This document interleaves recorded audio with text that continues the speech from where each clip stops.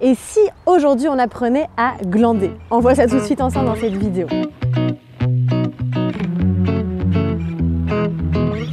Salut tout le monde, j'espère que vous allez bien. Alors on se retrouve ici en pleine nature. Je vous avoue qu'il fait pas super chaud, mais bon, je me suis dit que voilà, j'avais envie de changer un petit peu de décor et de vous emmener un petit peu en pleine nature, surtout que le soleil est avec nous aujourd'hui. Bon, aujourd'hui je voulais vous parler de l'art de ne rien faire. Alors c'est vrai qu'on a souvent l'impression que le fait de ne rien faire, c'est une perte de temps, surtout dans notre société actuelle où on est toujours en mode action, il faut passer à l'action, on y va, go go go, et c'est vrai, vous savez, je le dis très souvent, rien ne change si rien ne change, donc forcément c'est important de pouvoir passer à l'action, de mettre des actions en place, mais c'est aussi extrêmement important de pouvoir se foutre la paix et de ne rien faire.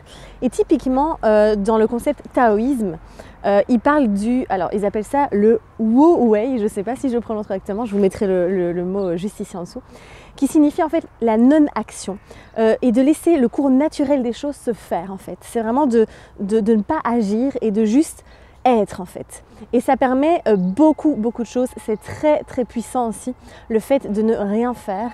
Et donc je vais vraiment vous inviter à essayer de mettre ça en place.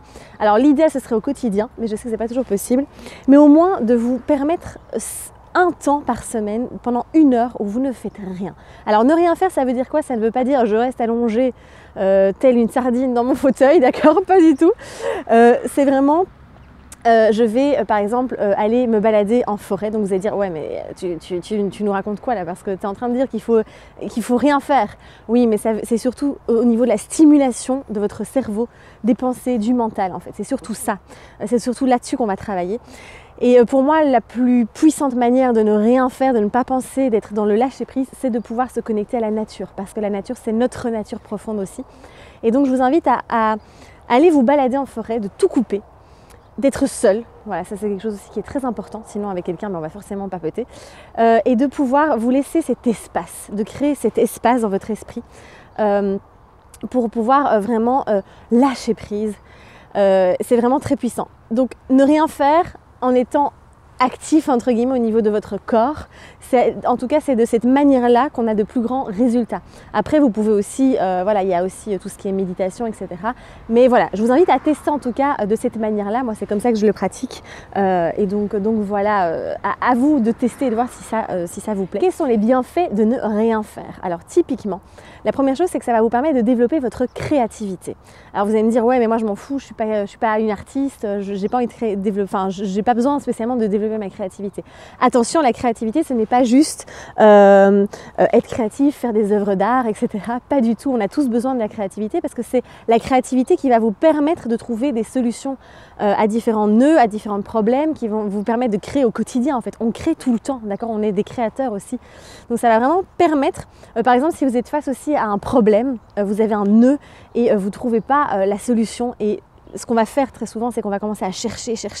On va vraiment être dans cette recherche, on va se casser la tête à essayer de trouver la solution. Et bien le fait de ne rien faire, souvent c'est là qu'on va créer l'espace et la solution viendra à vous toute seule. Le fait aussi de ne rien faire, ça va vous permettre de calmer vos pensées, de calmer le mental, de pouvoir vraiment l'apaiser, parce qu'il est toujours surstimulé en fait, on est toujours en surstimulation. Et donc le fait de lâcher, alors vous allez avoir des pensées qui vont venir, hein, je veux dire c'est naturel, arrêtons de lutter contre ce mental, mais vraiment accueillir, mais juste de laisser passer les pensées en fait, elles vont être là, bah forcément, vous les laissez passer comme des nuages, l'objectif c'est de ne pas s'y accrocher. Donc voilà pour ce qui est de l'art de ne rien faire, c'est vraiment le pouvoir de l'oisiveté, de vous autoriser ça et d'envoyer le message à votre cerveau, je choisis, je décide là de ne rien faire. Parce que c'est bon pour moi d'envoyer ça, parce que vous allez avoir l'auto-sabotage qui va vous dire ouais mais j'ai trop de choses à faire, j'ai trop de choses à gérer, etc.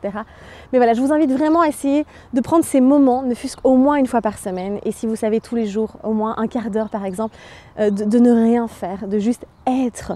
Et vous allez voir que vous allez avoir des solutions qui vont arriver comme ça, comme par magie entre guillemets, que vous allez pouvoir vous sentir beaucoup plus serein, plus apaisé et avoir l'esprit beaucoup plus clair. Voilà, j'espère que cette vidéo vous a plu, n'hésitez pas à la partager, à la liker autour de vous, n'hésitez pas non plus à vous abonner si ce n'est pas encore fait. On se dit à très vite, prenez soin de vous et osez briller. Je vous embrasse.